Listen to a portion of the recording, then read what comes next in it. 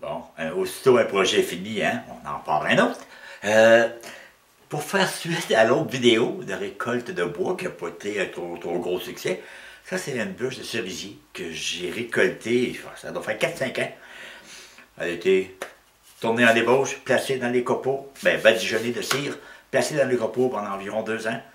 Et puis je l'ai sortie, puis regardez, je ne vois aucune craque. Alors, ça prouve que ma méthode, elle est bonne. J'ai hâte de vous faire une vraie vidéo de récolte. C'est du cerisier. J'ai une petite idée de ce que je vais faire avec, mais je vous en dis pas plus long. Alors, je vais y faire mon tenon ici, de ce côté-là. Oui.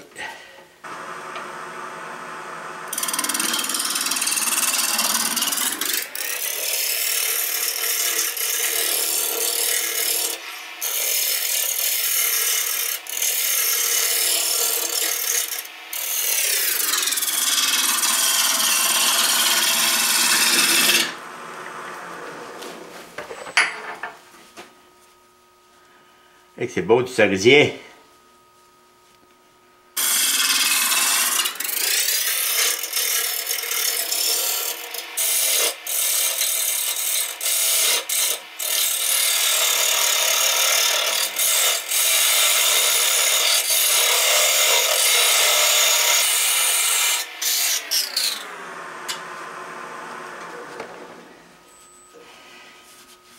Il est peut-être un peu long et j'aimerais faire partir ce petit nœud-là ici.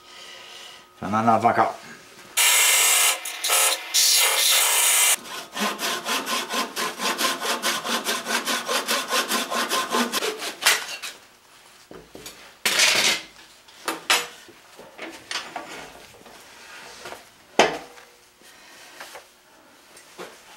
Bon, maintenant il faut que je retrouve mon centre.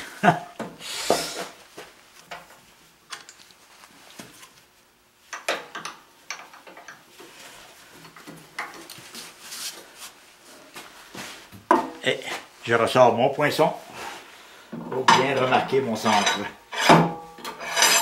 Et voilà.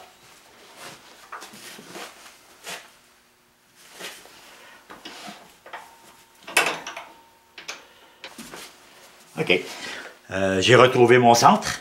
Maintenant, je m'assure que mon tenon va être parfaitement centré par rapport à mon centre, naturellement.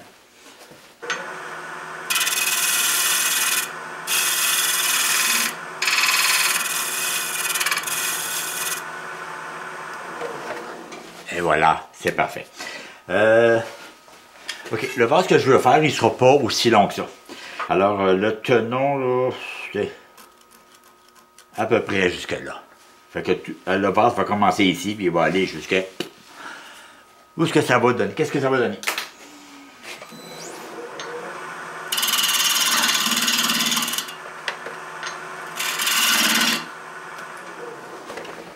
Et voilà. Maintenant, je vais vérifier ce côté ici.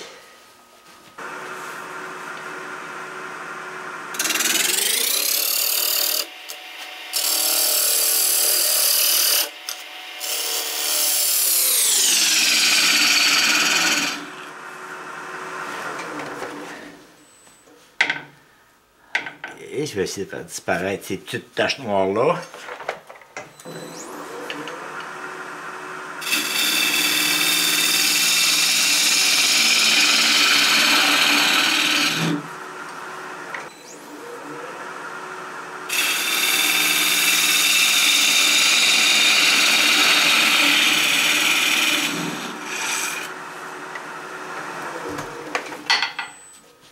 Bon, c'est bien.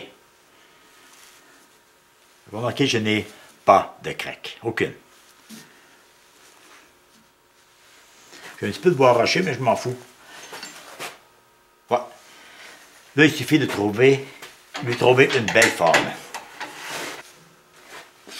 Ce que je veux faire, c'est un vase. J'en ai déjà fait un, mais ça fait très longtemps. Et puis, c'est très beau. J'appelle ça un vase en toxédo, là.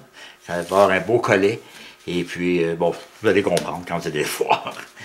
Alors là, je vais essayer de lui donner une belle forme.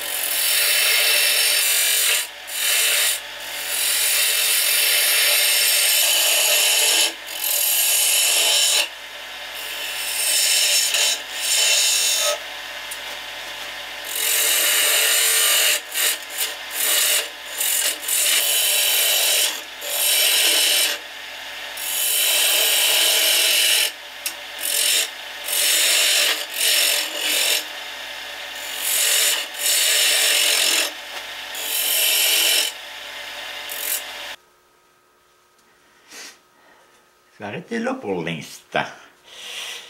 Ça rapetisserait peut-être un peu plus tard quand je verrai la forme que l'ouverture va avoir ici. J'aime mieux pas aller trop vite. OK. Là, ce que j'ai fait, j'ai monté le vase dans la mâchoire. Ce que je voulais faire, c'est un pré-trou ici au bout.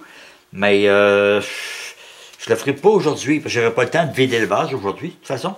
Et puis, je veux pas mettre la lunette, enlever la lunette. Mettre la lunette, enlever la lunette. Alors, je vais essayer de lui donner sa forme le plus près du final possible. Et puis, demain, je vais commencer à percer.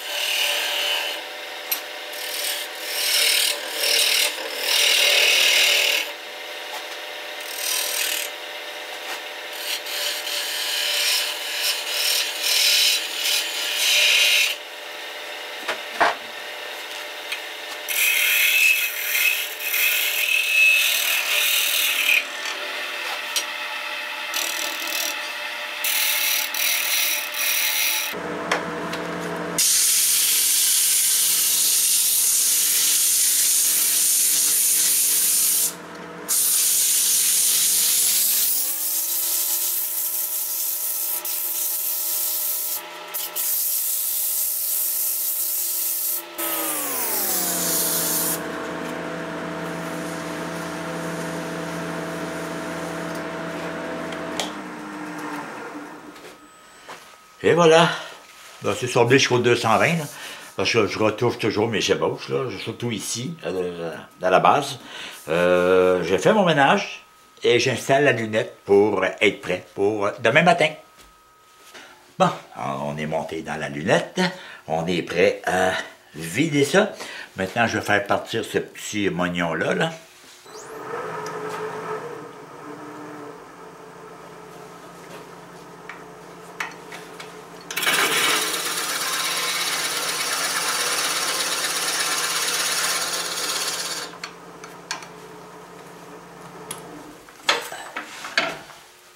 Et voilà, j'ai mon centre, j'enlève ça.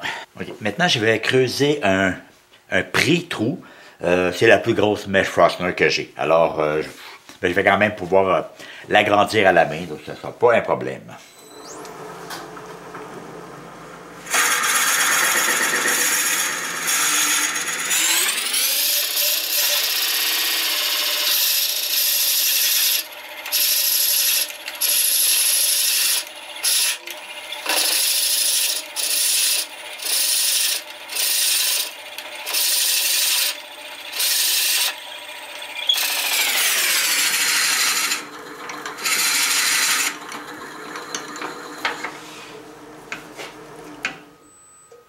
Oui, je crois que ça va être assez profond. Je pense que ça va être beau, là, ça. Je change la mèche Frostner. OK, là, j'ai mis la mèche de 1 pouce et demi. Ça, c'est exactement 3,8 cm. Parce que mon Big Brother, si j'utilise le Goliath, ben, il faut que le trou soit quand même assez gros, parce que la pastille est très grosse. Alors, je fais juste amorcer le trou.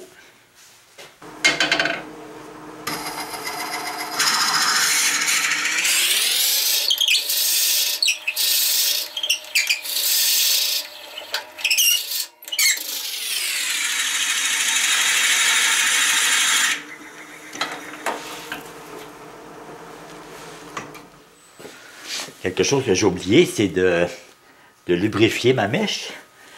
Ça va tellement bien. J'ai découvert ça il y a récemment. OK. Je mets ma rallonge. Je mesure environ jusqu'ici. Et voilà. Ça sera ma profondeur. Et mon petit truc. Et voilà. On attend 30 secondes et on essuie.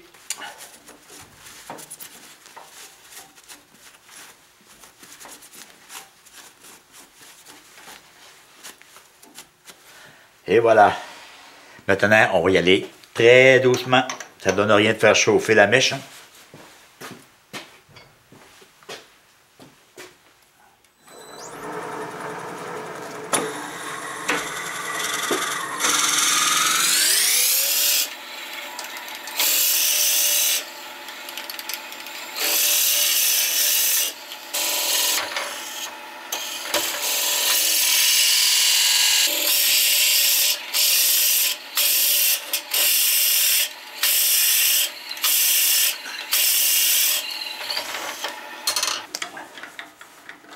Maintenant, on fait très attention hein, parce que c'est très très chaud.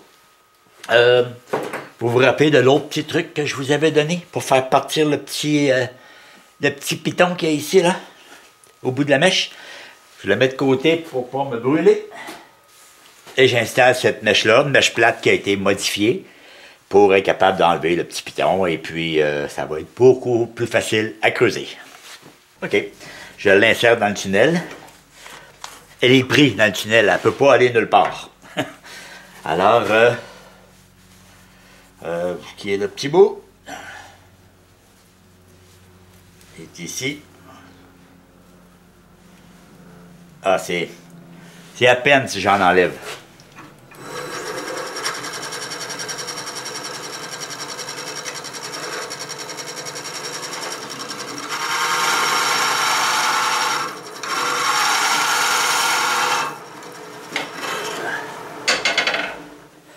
Et je vérifie avec ma petite lampe de poche.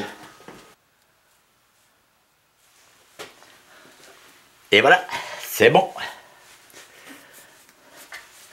OK, bon, vous avez vu que j'ai utilisé 2 mèches Forstner de différents diamètres. Alors, j'ai un épaulement ici à l'intérieur. Je ne sais pas si vous pouvez le voir, là, parce qu'il fait noir un peu. Alors, ça va être ici mon ouverture que je vais faire. Alors, je vais commencer à la travailler pour me donner de la place, tout simplement. Je la retoucherai à la fin, quand j'aurai presque terminé.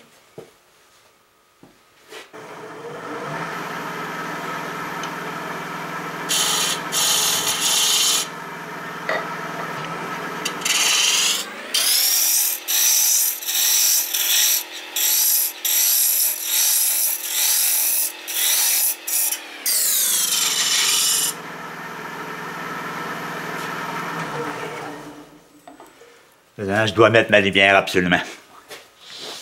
OK, je crois que vous allez voir quand même.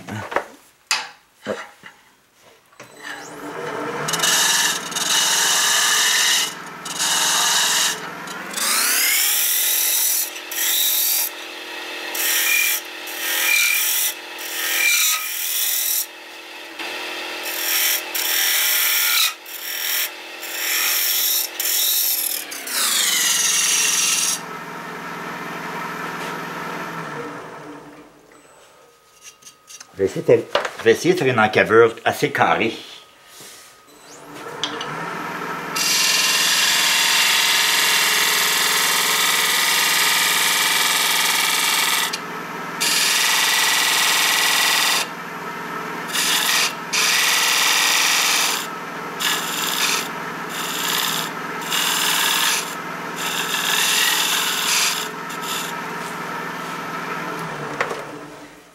Je vérifie l'épaisseur. Oh oui, oui, oui, oui.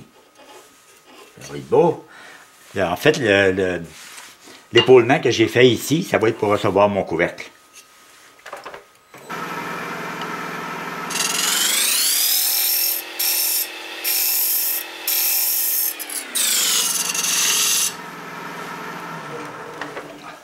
OK. Ah, ça m'écarte un petit nœud ici, là.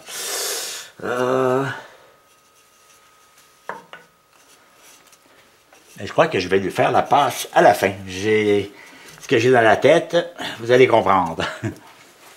OK, ben maintenant c'est rendu à l'étape du gros plaisir, là. De vider. Je vais utiliser les mêmes outils que j'utilise habituellement, là. Je commence toujours avec ma thermite. J'ai le bord pour me faire de la place. Pour aller un petit peu plus ici, je me sers de mon col de cygne. Big Brother toujours.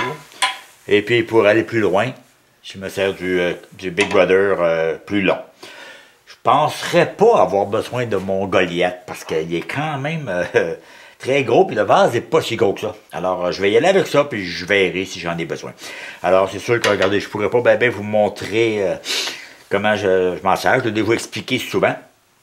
Alors je vais le creuser et vous revenir un coup que ça va être fait. Voilà, le creusage est terminé. Et puis, je suis satisfait. L'épaisseur de la paroi est pas mal égale. Après dîner, je m'attaque au sablage. Là, j'en ai pour quelques heures. Mais ça n'a pas été trop long de vider. 1 heure, c'est fait. Alors, le sablage va prendre la plus longue. Bon, ben là, c'est rendu là, les heures de plaisir s'en viennent. Manche à balai ou un goujon enrobé de papier sablé. Et on s'amuse. Ça va être mon travail cet après-midi.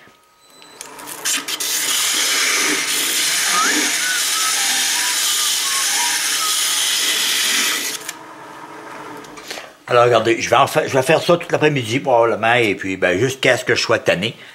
Je finirai demain, si c'est pas, ça c'est pas grave. Alors, je fais ça et je vous reviens pour la suite.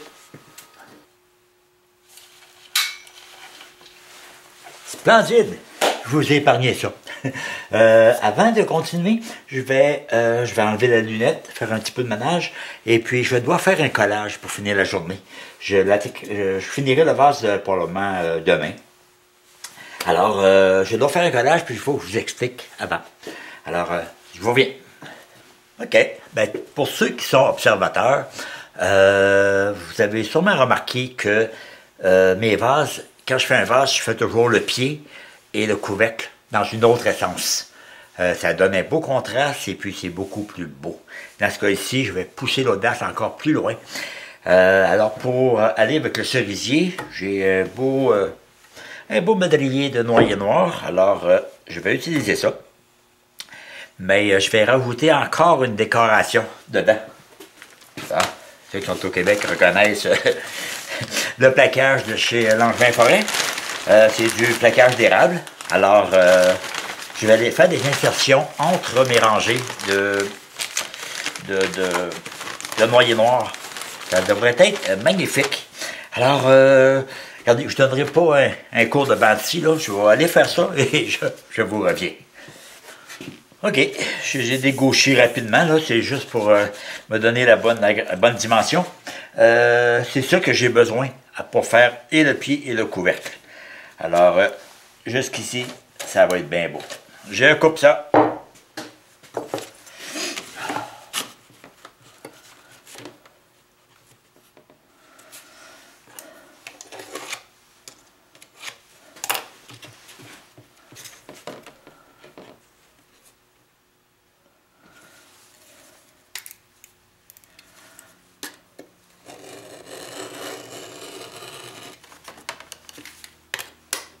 Et voilà.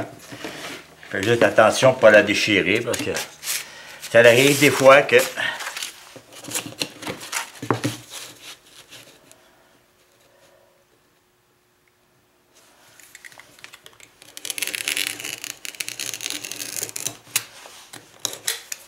hein?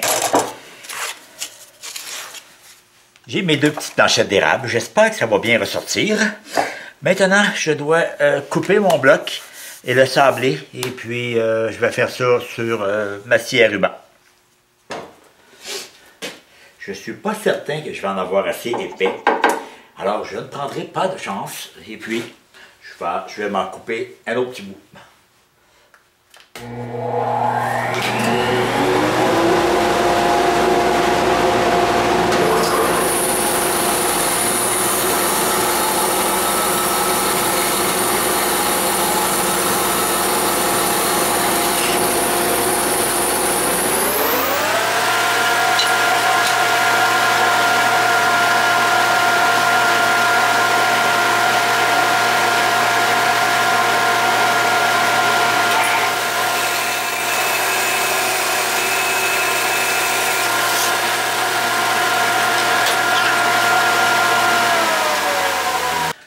Et voilà, c'est ça que j'avais dans ma petite tête. Ça, c'est ma base. Je mets un petit plaquage blanc. Je mets une petite planchette. Un autre petit plaquage. Et mon top. Et voilà. C'est sûr que ça ne paraît pas beaucoup, là. Mais quand un coup, ça va être verni, vous allez voir, le noyer noir va venir très foncé et le blanc de l'érable va venir très très pâle. Alors là, il me reste à les mettre super belles. Ensuite, ça c'est beaucoup trop épais. C'est pas ce que je veux. Et puis les deux plaquages, eux autres, on va dire qu'ils sont terminés. Fait que je vais mettre tout ça beau.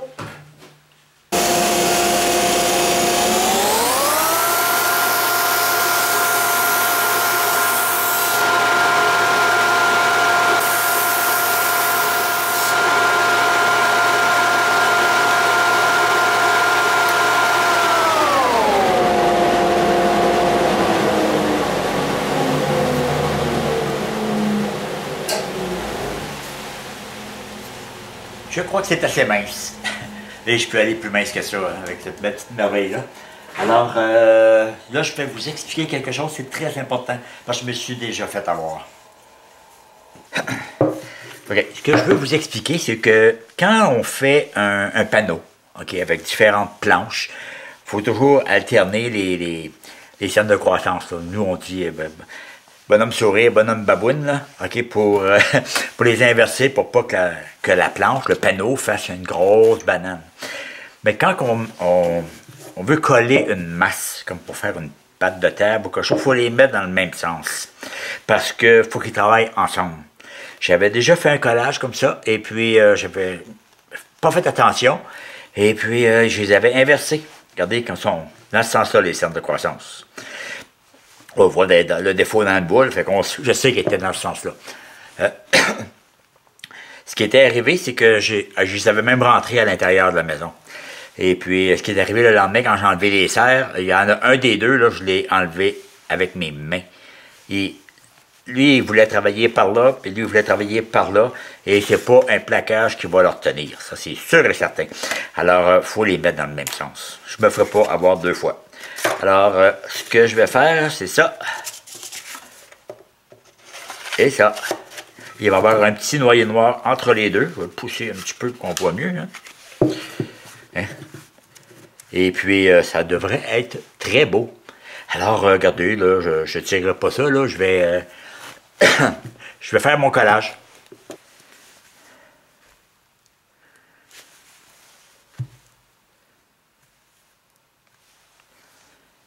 Et j'ai pas d'erreur. Tout est beau. Bon, ben, je pense que j'en ai assez mis. Faudrait que je m'achète d'autres salles. Je pense que je vais en manquer. OK, fait que là, c'est tout pour aujourd'hui. Là, c'est l'heure de la bière et ça, c'est sacré. On reprend ça demain. OK, le collage a l'air bon. Regardez, on voit très bien là, la différence entre les deux petites lignes blanches par rapport à la couleur foncée du noyer noir. Ça devrait être très beau. Maintenant, ce que je vais faire, je vais aller... Je vais les couper en deux blocs. Un pour le couvercle et l'autre pour le pied. Et puis, on va préparer le travail. Après ça, on met ça de côté. Et voilà, regardez. On voit très bien les deux belles petites lignes blanches. Ça va faire un beau contraste. Ça va être beau. Et puis, ceux-là, ils lâcheront pas. On voit bien que les cernes de croissance sont dans le même sens.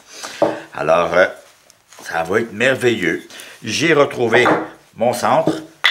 Mes deux ébauches sont prêts pour quand je vais être rendu au pied et au couvercle. OK, revenons à nos moutons. Ici, c'est le fond de mon vase. J'ai quand même, je pense que c'est 22 cm. C'est quand même assez, 22 cm et demi. J'ai quand même assez profond. Je peux en enlever un petit peu ici, mais pas plus que ça. Alors, je fais un beau pied. J'aimerais ça le rapetisser, une petite affaire, mais pas beaucoup. Alors, regardez, on y va doucement.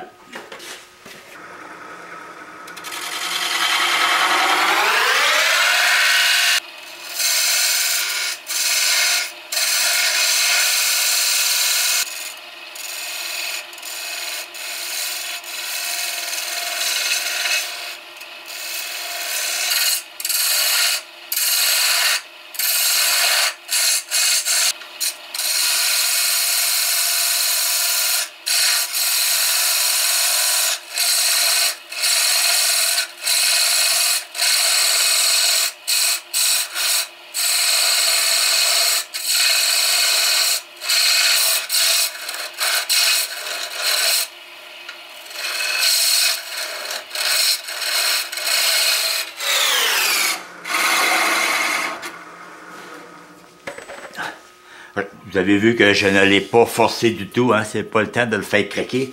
Alors, ce que je vais faire un sablage. Et puis après ça, je vais lui faire son tenon.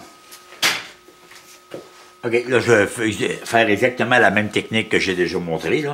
Je vais l'amener à un demi-pouce, un petit peu plus qu'un centimètre. Et puis, c'est ça qui va rentrer dans mon pied. Alors, je prends exactement la même technique.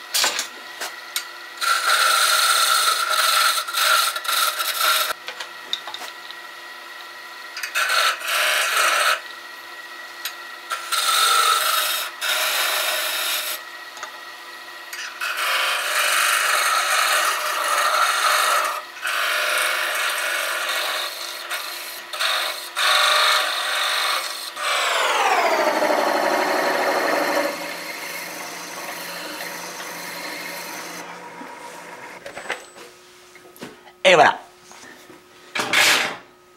Maintenant, si je ne veux pas être obligé de le rentrer au marteau, je vais le sabler.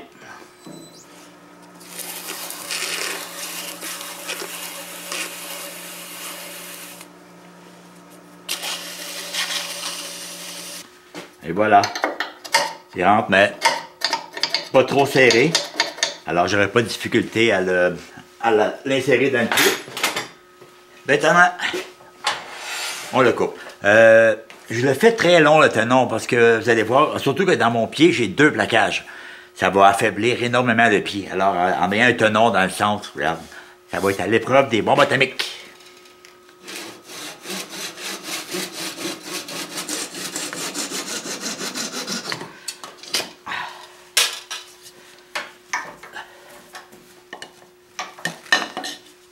Et voilà. Et voilà. Avec le petit support à étage que je m'étais fait, je vais pouvoir déterminer quelle grosseur du pied faire. Ça va m'aider à que ça soit plus esthétique. Maintenant, le vase n'est pas complètement terminé, mais je vais vous montrer quelque chose. J'enlève ça, j'enlève les mâchoires et je vous reviens. Ok, ce que je veux faire, je ne sais pas si je l'ai mentionné dans la vidéo, mais c'est un vase Tuxedo. Un vase qui a mis son habit de soirée, il a mis son smoking. Alors, ce que j'aimerais, c'est le couper en angle. Mais couper un cylindre, comme là, j'ai les mains secs un peu, couper un cylindre avec une scie à onglet, c'est extrêmement dangereux. Même avec une scie à ruban, c'est dangereux. Alors, il faut y aller, prendre beaucoup de précautions. La meilleure chose qu'on peut prendre, c'est un lapidaire et d'y aller au sablage, tout simplement.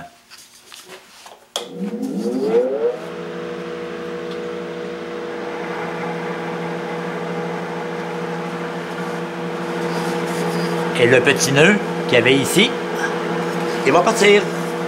Il est vis-à-vis de mon doigt.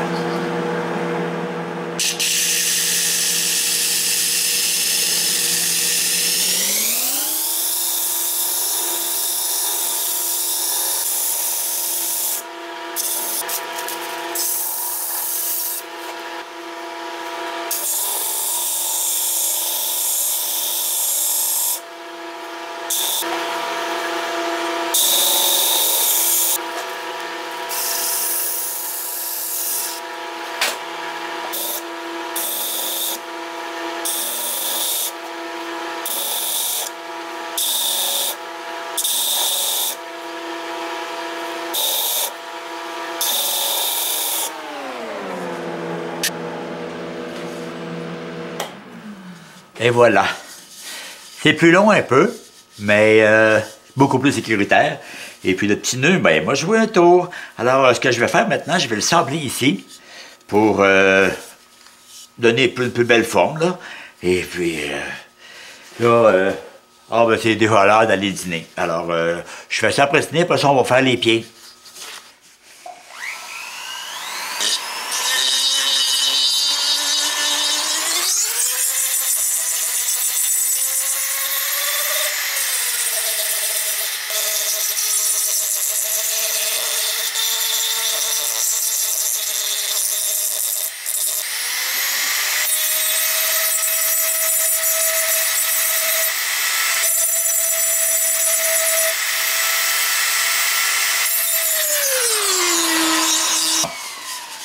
Le restant, ça va être bien assis sur ma chaise. Et voilà. C'est à peu près la forme que je voulais lui donner. Bon, c'est sûr qu'il va rester encore du sablage à faire, là. J'ai pas terminé. Alors là, je vais m'installer et je vais commencer à lui faire son pied. Ok, bon ben, j'ai mon ébauche pour mon pied. J'ai coupé les coins parce que le noyer noir a tendance à éclater un peu. Alors si je fais partir un éclat, ben là, je risque de gâcher ma pièce. Alors j'ai mon centre que j'avais trouvé. Je l'appuie sur ma poupée fixe. Et avec ma petite pointe, ma tige pointue, je vais retrouver le centre de l'autre côté.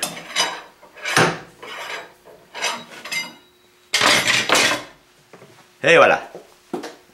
OK, maintenant que j'ai mes deux centres, je vais commencer par faire le tenon qui va être un peu plus gros que le dessous du vase. C'est très important.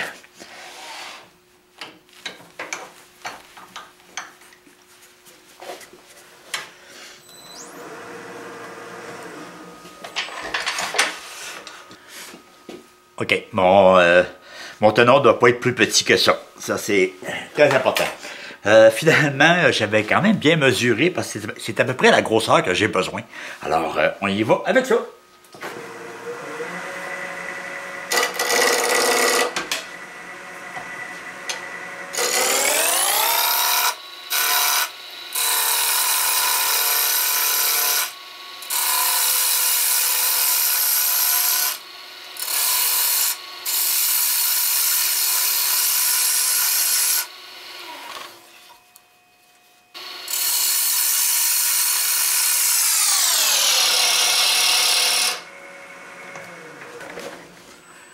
Et voilà, et on les voit bien, hein? Voyez bien les lignes blanches, ça va être superbe. OK, fait que ça va être le dessous du vase. C'est ici que je fais le tenon.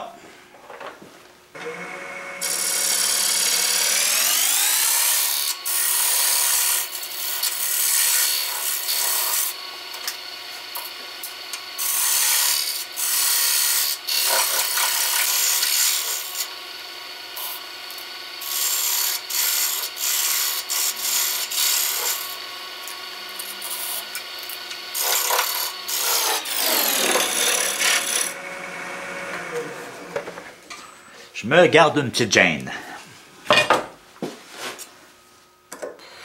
Oui, ça va être bon. Ça ne me tente pas de recommencer cette ébauche-là. Alors, je le tourne de bord et je commence à faire le pied. Okay, quand je vous disais que le noyer noir, c'était cassant, regardez, il y a un petit éclat qui est parti ici. Alors, j'ai bien fait de couper les coins, ça aurait pu être beaucoup plus gros que ça. On y va!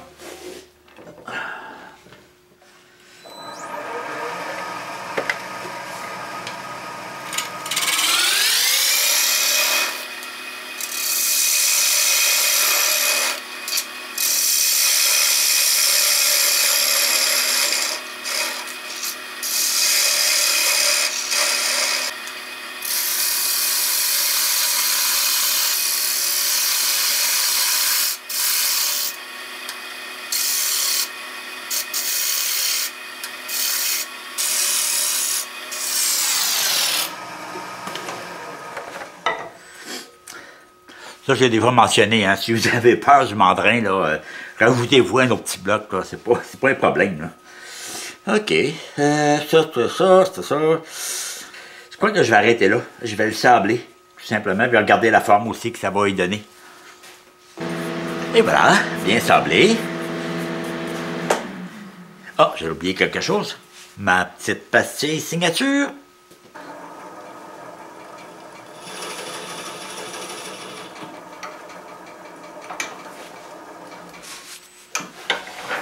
Et voilà, c'est beau ça. OK, je le retourne et je fais le dessous du vase. OK, là c'est vrai, ça c'est réellement le dessous de mon vase et je ne dois pas aller plus petit que ça. Je me suis gardé un peu de jeu, mais pas plus petit.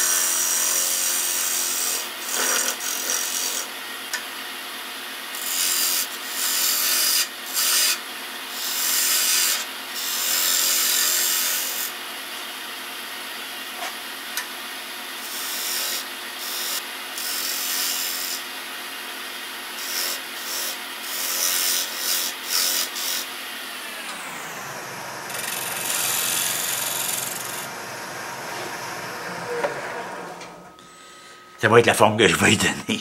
Je le sable. Je vais le creuser un peu ici. Je crois que ça va être plus beau.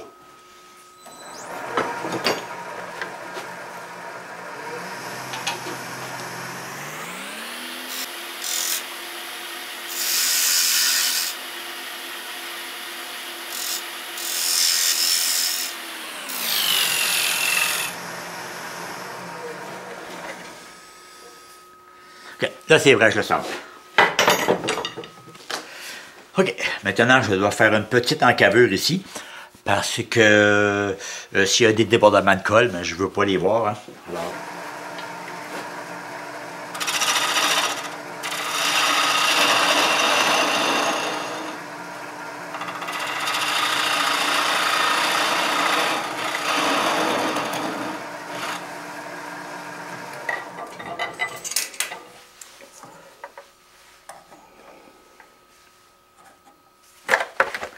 OK, ça va être bon ça. Maintenant, je dois faire le trou pour mon tenon.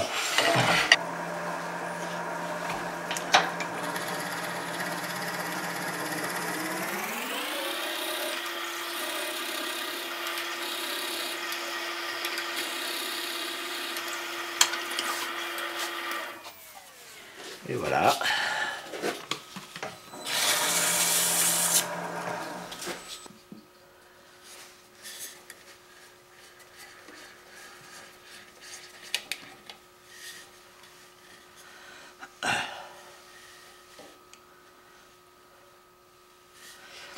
OK.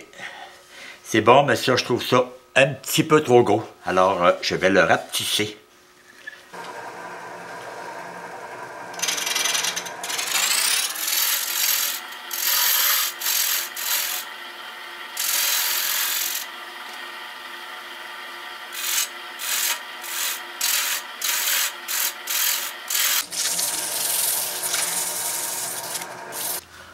OK, bien finalement, j'ai décidé de creuser un petit peu plus ici.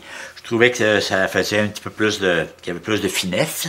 J'ai oublié de partir la caméra. Alors, je vais congédier le caméraman et ça va donner ça comme finition. Je l'enlève du mandrin. Alors, et voilà, c'est que ça va donner. Je le collerai pas tout de suite, parce que je dois faire le couvercle. Et si j'ai un problème en faisant le couvercle, ça sera plus pareil. Je vais être obligé de faire un autre ébauche, là, ça ne me tente pas. Alors, je le colle pas. Comme ça, ben, si jamais il arrive quelque chose, je vais pouvoir le reprendre. C'est ça, le couvercle, je n'ai pas le temps de le faire aujourd'hui, malheureusement. Ça va aller demain. Non, demain, j'étais en Estrie avec mes amis. Dimanche, je vais faire ça. Et puis, il va être presque terminé. Il va être terminé dimanche. Je vais commencer à faire la finition. Alors, regardez, je vous reviens dimanche avec ça. D'accord. Maintenant, on est rendu à faire le couvercle. Bon, je vous ai évité là, de retrouver mes centres. Là. Je l'ai fait tantôt avec ma grande tige. Cette partie ici est plus épaisse. Donc, c'est elle qui va rentrer dans le vase. Et le fleuron va être collé ici, sur le dessus. Alors, ce que je vais faire, c'est mettre ce rond. Et puis, faire un tenon pour être capable de le tenir. Et ça, c'est à peu près la grosseur que j'ai besoin pour que ça rentre dans mon épaulement. Là. Vous vous rappelez l'épaulement que j'ai fait sur le dessus du vase.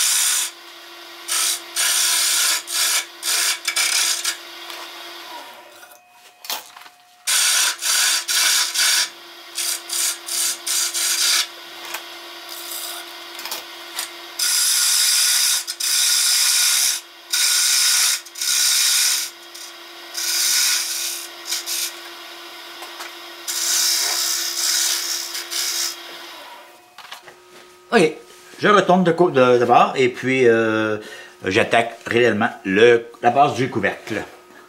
OK, ça va être approximativement l'ouverture du vase. Fait que je dois pas aller trop rapidement.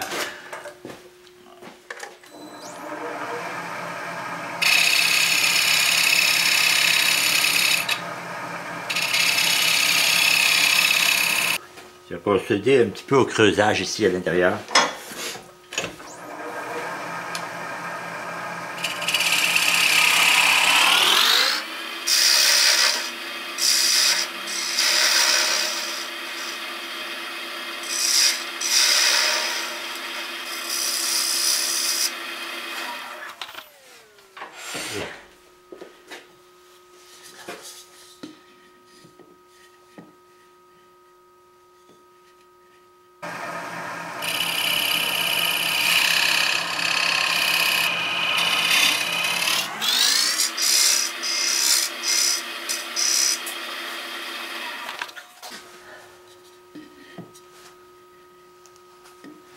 Le contour ici est bon. Un petit peu plus ici encore.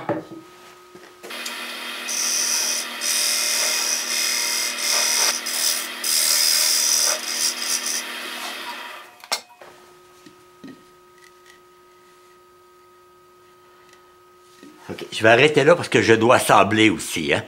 Faut pas oublier ça.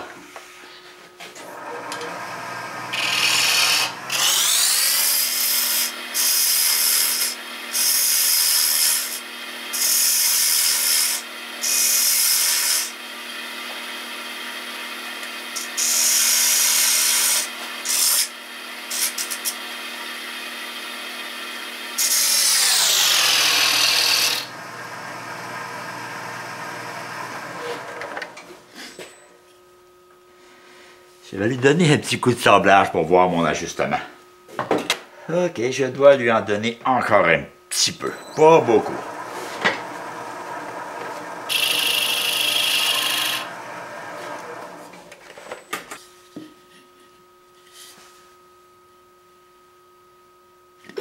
Ça sent bien. Alors, oubliez pas une chose dans un vidéo précédent que j'avais fait, c'est que si vous voulez le rapetisser, puis vous le faites au sablage. OK? Ici, je suis... Pardon, on va nettoyer un peu. Ici, je suis en bout de grain. Alors, si vous sablez, ici, ces côtés, vous allez en enlever beaucoup. Mais ici, en bout de grain, vous allez en enlever presque pas. Alors, votre couvercle va devenir ovale, sans que vous vous en aperceviez. Et on veut qu'il reste rond. Il faut réellement sablage, là, c'est pour se donner une idée, ou bien réellement la finition. Là, je vais la réessayer encore. Et voilà. Il rentre très très bien. Alors maintenant, je fais un coup de sablage uniquement pour le mettre super beau. Et après ça, je le retourne. Et voilà. Ouf. Là, ce que je fais, c'est que je vais le protéger avec du ruban et je le retourne pour faire la finale. OK. Je suis un petit peu chanceux parce que hey, mon Jumbo Joy est à la limite, là. Plus petit que ça, il aurait fallu que probablement je le colle avec de la colle chaude. Mais je vais y arriver. Là, ce que je dois faire, c'est reproduire un peu le pied. Le pied, là, il est juste sur ma petite table de... Pas ma table, mais ma boîte d'aspiration de poussière. Alors, il est très très près, puis je veux reproduire le même motif pour qu'il y ait une certaine harmonie. C'est sûr que ça va être en plus petit, mais ça devrait être beau.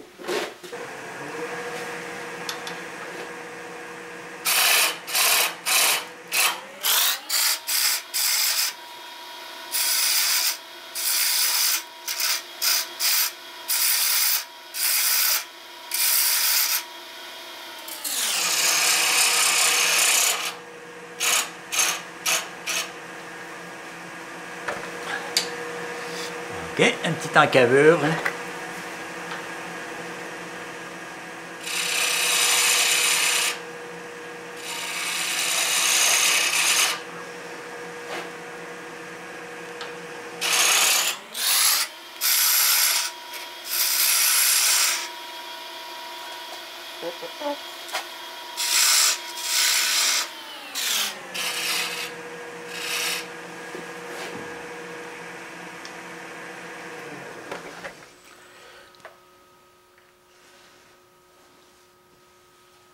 Oui, ça ressemble à mon vase.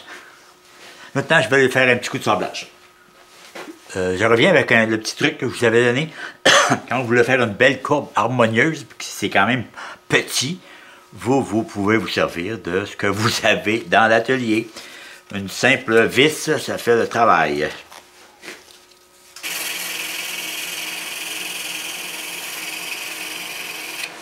Peut-être un peu grosse.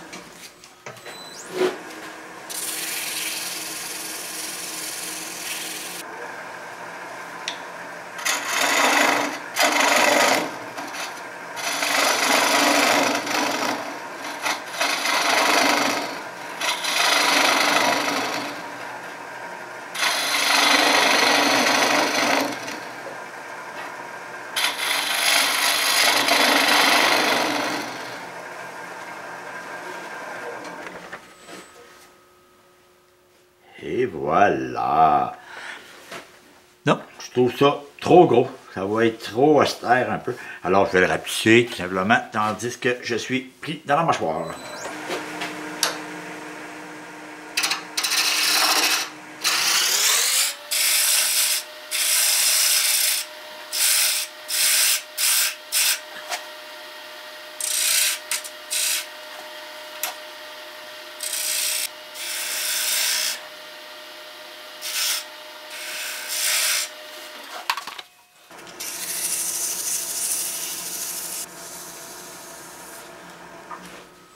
Et voilà.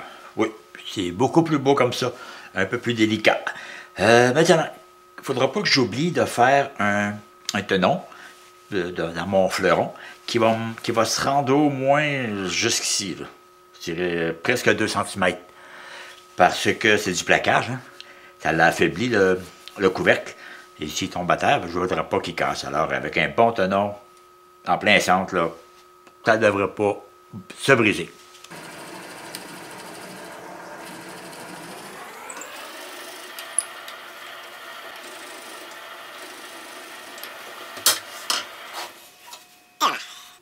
Voilà ce que ça donne. J'aime ça. Maintenant, j'ai déterminé que le fleuron, il faut qu'il soit assez haut pour que ça soit beau. Alors, j'ai calculé 4 pouces et un quart, ça c'est 11 cm, gros maximum. Alors, je le fais. De toute façon, s'il me plaît pas, j'en fais un autre. C'est pas un problème. OK, on y va avec un petit morceau de cerisier. Pas de craque, naturellement. Alors, j'ai besoin d'un tenon qui va rentrer dans mon couvercle. Le tenon va venir à peu près jusqu'ici. OK. Maintenant, j'avais dit que le fleuron devrait avoir 11 cm à peu près. 11 cm, regardez, ça nous met ici. Là. En enlevant ce petit bout-là, ben, la pointe va disparaître. Ça va être merveilleux.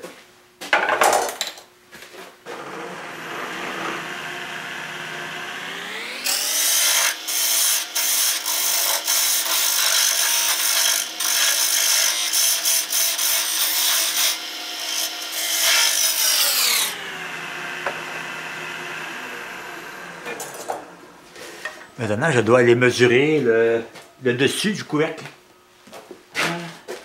Hein? Comme ça devrait être bon.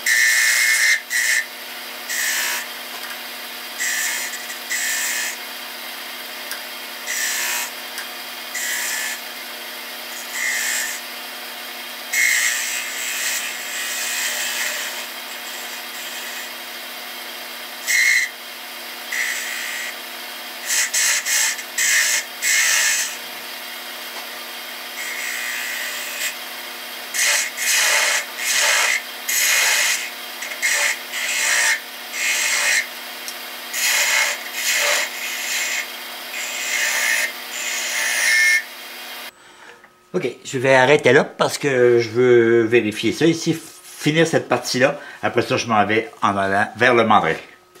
Avec un petit coup de sablage, on voit mieux. Cependant, quand je fais des gorges comme ça, j'aime ça qu'ils soient très très profonds. J'aime les gorges profondes. Ceux-là, là, je parle.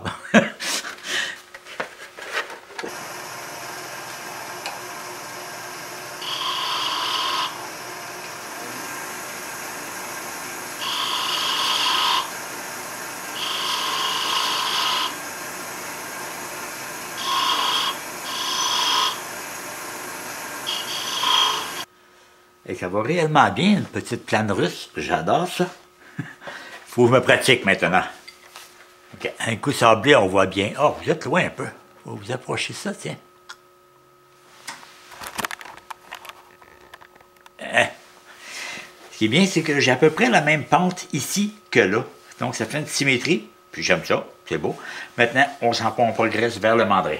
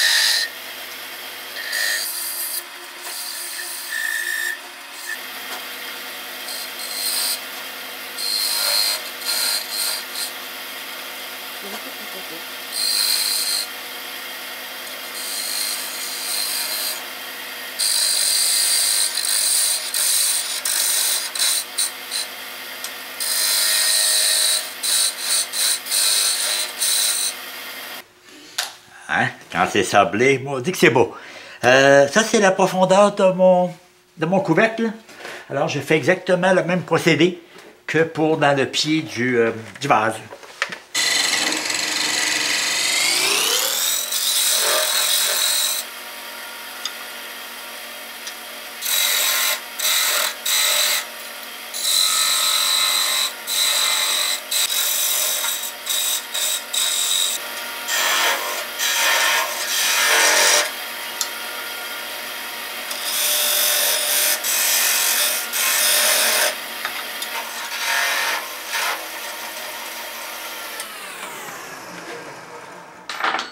Et pour pas avoir de difficulté à l'insérer,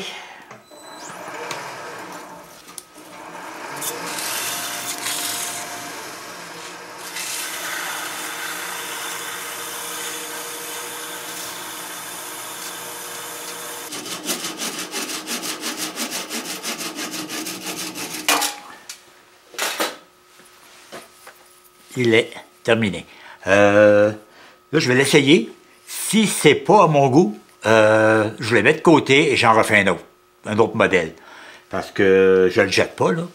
Si jamais je fais un autre projet, il peut être beau sur un autre projet, alors ça va me faire ça de moins à faire, mais je crois qu'il va être beau, là. Je vais regarder ça. OK, ben maintenant que mon pied est fait, mon couvercle est fait, ils sont à mon goût, c'est très semblable, alors je peux me permettre de les coller. Et puis, le travail va être terminé. Et voilà. J'appuie ma poupée mobile uniquement pour m'assurer que le joint ici est bien fermé et que je n'ai pas de débordement de colle. Et même chose pour le couvercle et fleuron.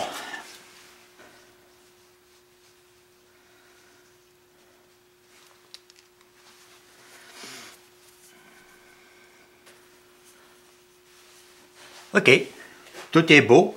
Alors pendant que ça sèche, je fais le ménage et je vous reviens avec le mot de la fin. Et voilà, c'est ça que j'appelle un vase en tuxedo. Hein, ça donne un beau petit look. Et puis quand vous allez voir que je vais mettre la finition, le noyer noir va venir extrêmement foncé. L'érable devrait être très très pâle. Et puis j'ai la même chose dans le couvercle. Alors, ça a été mon premier tournage de la saison. L'autre, c'était une démonstration de séchage de bois. Alors, regardez, on se donne rendez-vous pour la prochaine fois. Alors, merci d'avoir écouté.